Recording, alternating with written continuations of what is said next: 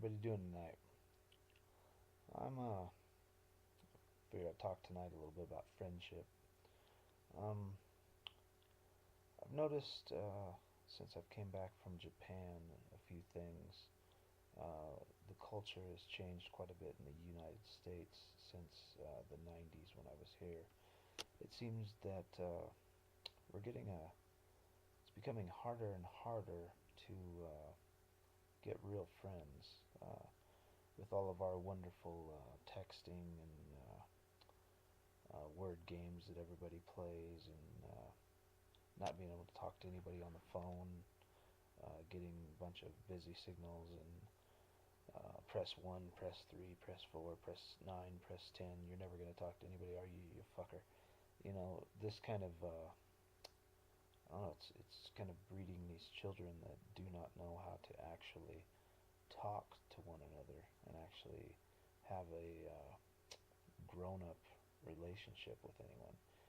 They get all their information from movies and the internet, and they tend to not know how to socialize, and they don't know what true friendship is because they've never had one. So they also think everything needs to be their way and only their way, and if they don't get their way, then they don't want to be your friends anymore.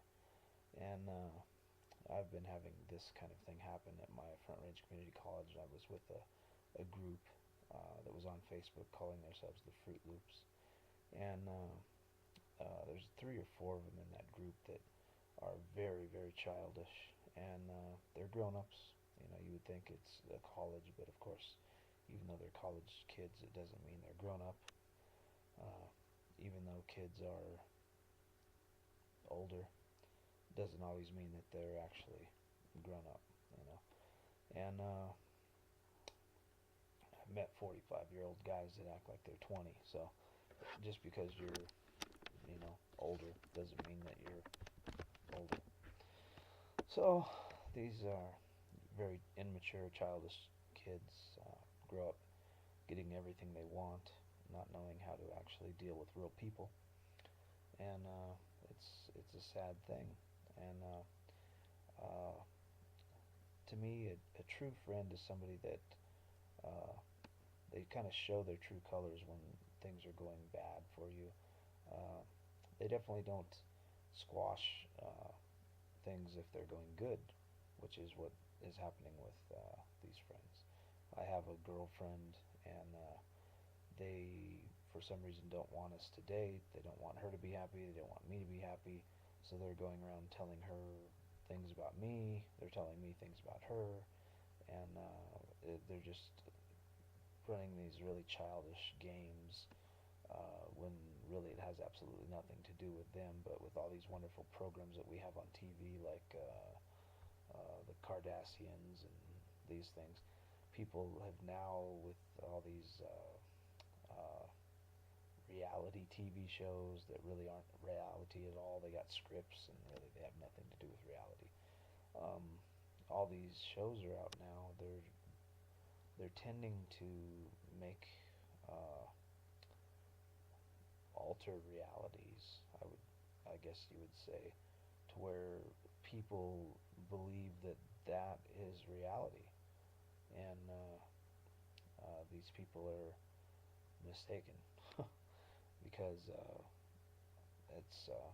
I wouldn't say that the kids nowadays are bad in any way. Um, they've just misplaced reality, you know. But the cool thing is a lot of people consider these children of now to be maybe some children that are going to not accomplish anything in their life. Nothing is going to happen of any consequence. But a lot of these kids are the ones that have came up with the Occupy. Um, they're fighting for a lot of justice. They're working on campaigns. They're really getting more involved than many other, even people of the 80s, my generation, um, have ever been. So there, but for every one of us that actually goes out and joins an Occupy and actually does something, there's 100 of them that don't, and 100 of them that are just doing absolutely nothing to help themselves or help anyone else. And that's what's kind of sad, is that they've grown up in this world where they hide in their video games, they hide in their MP3 players, they hide in all their stuff, and they don't realize that it's an escape from reality. And by escaping from reality, they're allowing things to be the way they are now, and that's a sad thing.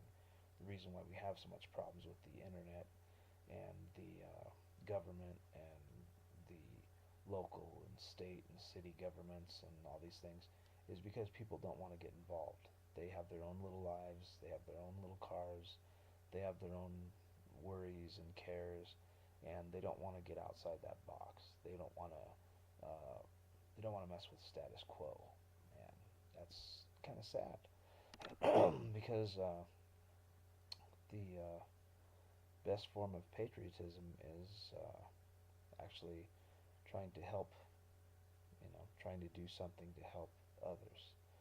And it seems that these children nowadays think only about themselves, but also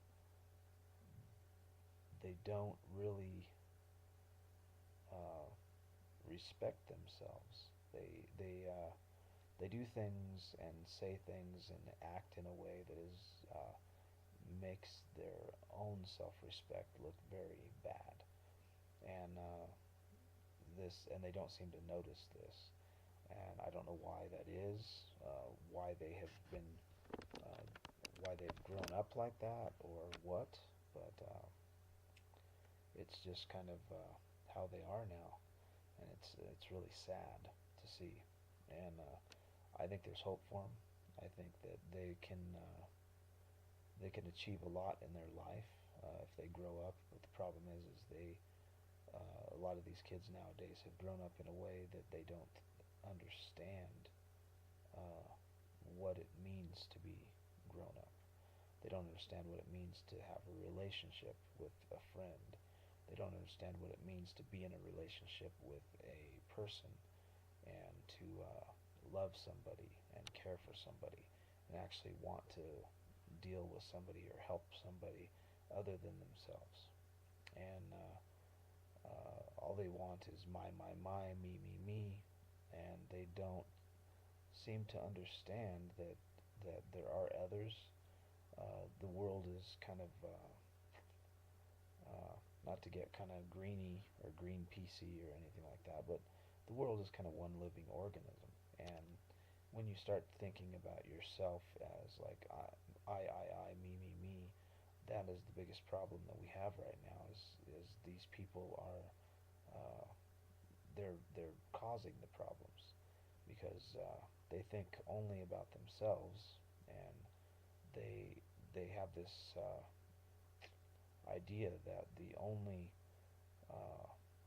problem that they have is that others um, are kind of interrupting them.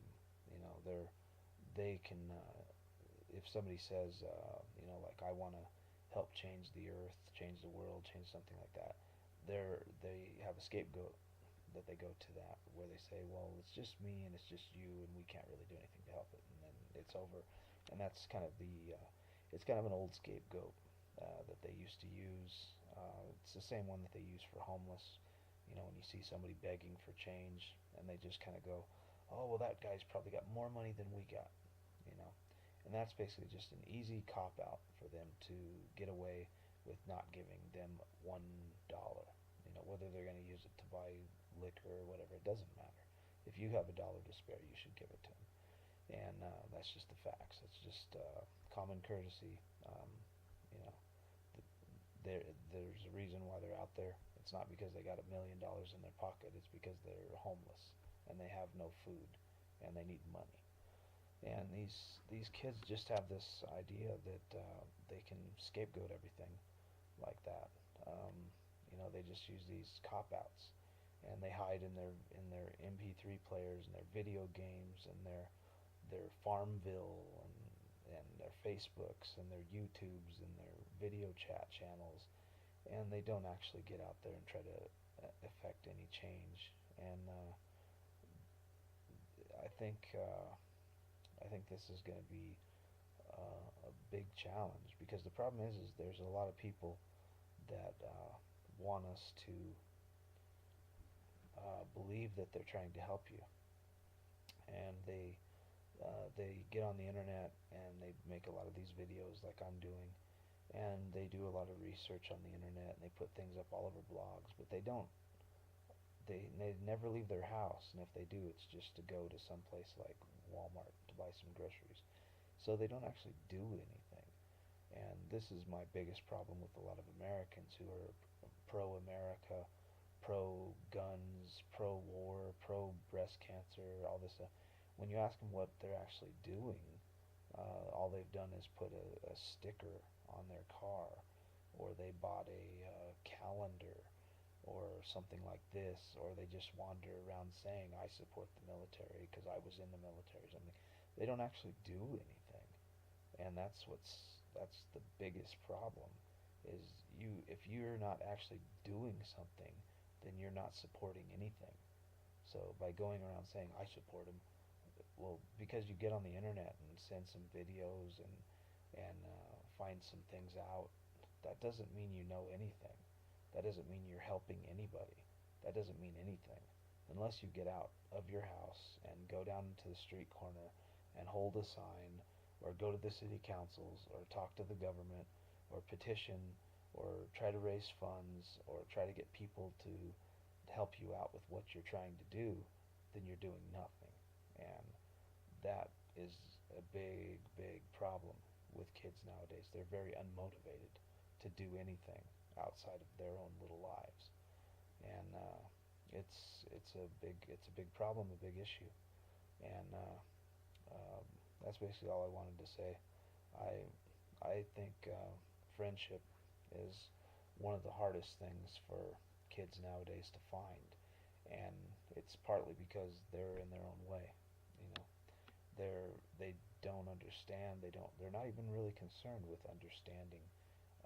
It's just kind of, you got to kind of walk on eggshells to be friends with anybody now. You have to kind of like, if you want to be that person's friend, then you have to do everything they like. You have to cater to them, and if you upset them in any way, chances are they're not going to be your friends anymore. And that is not a friend. Never was, never will be. So, you know, there's, I'm just, you guys know who you are out there. So, um, you might want to re-examine your life and the way you're doing. I know it doesn't really matter what I have to say about it, but this is what I'm seeing. So, I'm going to college to be a psychologist. I'm getting a doctorate in psychology. I'm getting a doctorate in music, and I want to teach in college. And this is some of the stuff that I'm going to be trying to teach the youth of our country, is and other countries. I plan on going to Japan as well. I'm hoping I can teach children that this is not a good thing. This is acting like this and living like this is not the way to be proactive about life.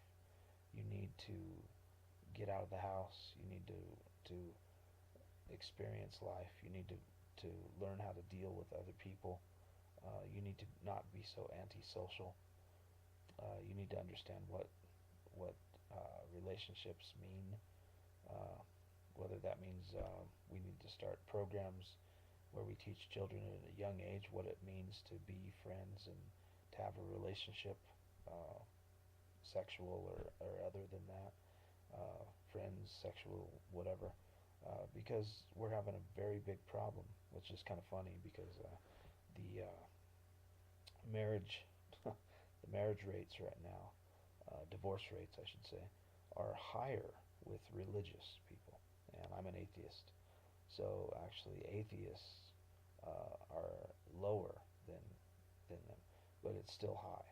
And the thing is they're having a big problem with atheists and religious people, because they get into the relationship and something very small goes wrong, and they get a divorce, and they break up, and they cheat, and they have no respect for their partner, no respect for themselves, and they don't know how to talk. You know, they don't know how to talk to each other about problems that they're having in the relationship.